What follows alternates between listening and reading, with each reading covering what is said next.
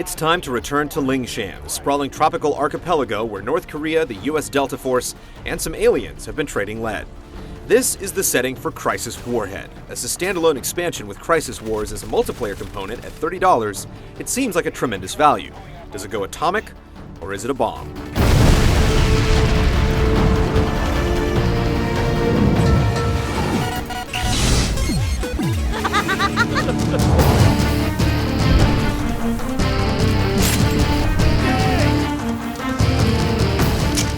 Warhead tells the parallel tale to Nomad's jungle romp in the original Crysis. This time, the Nano Suit is worn by Psycho, a witty Brit hunting down mysterious cargo that everyone from the Koreans to extraterrestrials want.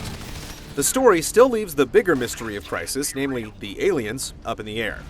Nomad's plights come through the radio chatter on occasion, while there's also a more sentimental backstory told via audio-only flashbacks between Psycho and a pilot.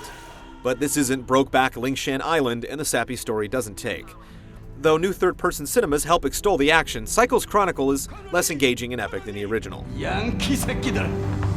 A British puppet.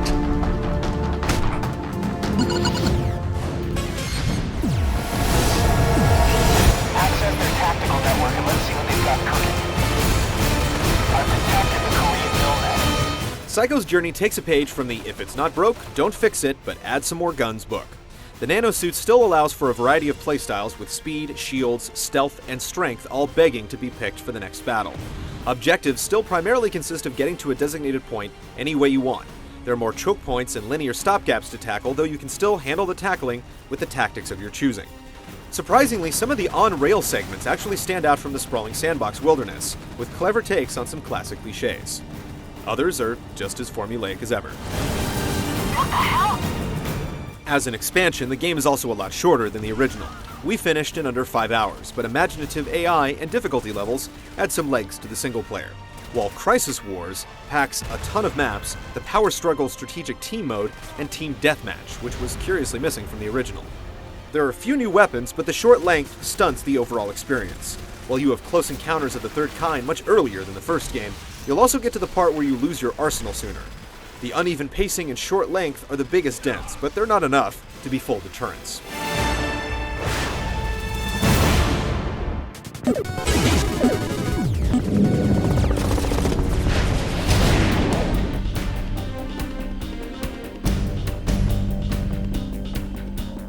While the overarching journey may be diminished, getting there is way more than half the fun.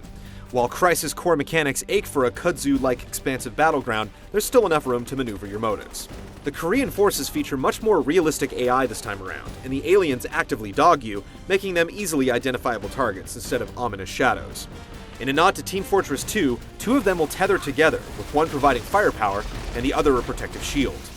The new hovercraft and its accompanying chase sequence is also a great gameplay nugget, and leagues better than the alien hive from the first game.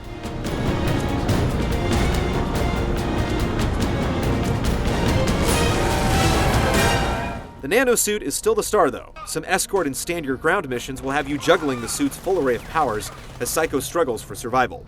The game does a good job of not playing to the suit, but asking you to use the suit to play the game. This sort of emergent ellipsis of play is appreciated.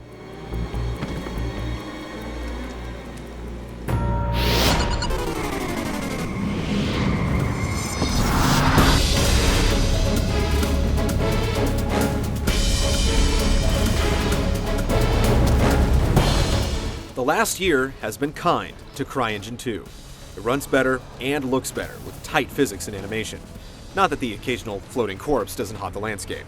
Pop-in, draw distance, and the whole litany of graphical benchmarks are dependent on the machine that's running it.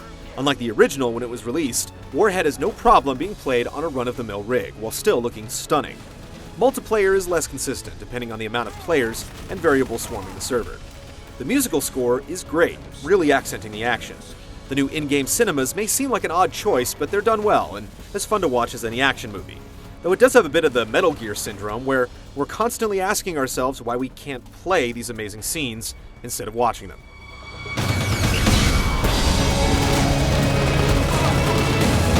Crysis Warhead is undeniably fun, great looking, and includes a strong multiplayer component, all for $30.